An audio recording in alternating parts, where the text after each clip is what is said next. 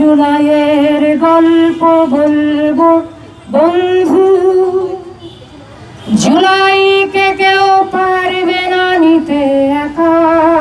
আসলে আমি মেয়েদেরকে এই কথাটাই বলবো, আমাদের সকলকে আমি এই কথাটা বলবো যে আমাদের কোনো লড়াই যেমন আমরা ছাড়িনি, আমাদের মেয়েদের আলাদা লড়াইটা যেটা, সেটার জন্য আমাদেরকে শুধু আজকে নয় সব সময় উদযাপনে এবং বিদ্রোহে থাকতে হবে।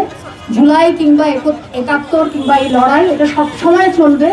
আমাদের রাস্তায় থাকতে হবে, আমাদের রাতে দিনে ভোরে বিকেলে দুঃখে আনন্দে সবসময় পথে থাকতে হবে। রাস্তা যে আমাদের সেটা আমাদেরকে জানান দিতে হবে।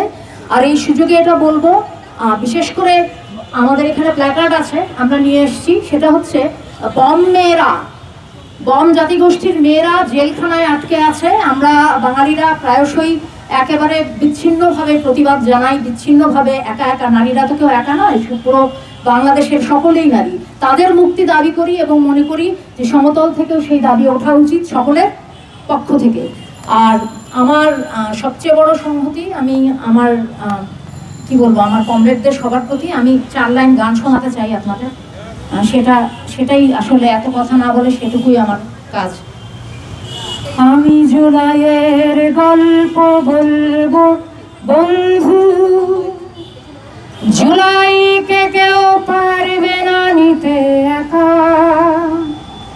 মাটির জন্য লড়াই করেছে মানুষ, সবার সঙ্গে মিছিলে হয়েছে দেখা। আমরা জুলাই সত্য করেছি বন্ধু, মাটির জন্য লড়াই করেছে যারা।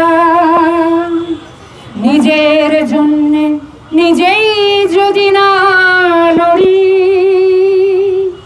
আমার লড়াই তাহলে লড়বে কারা?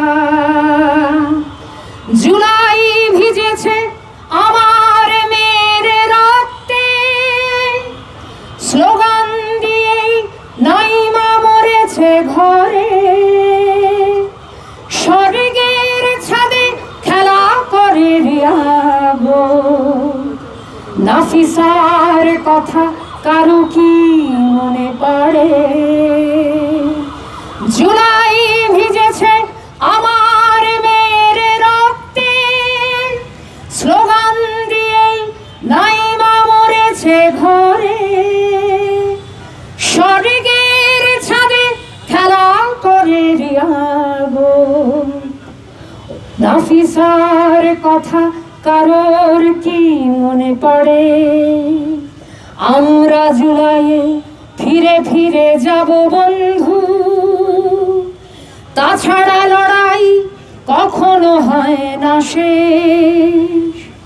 শত্রুরে বলি হবে ধূলিসাৎ, এ মাটির নাম এখনো বাংলাদেশ।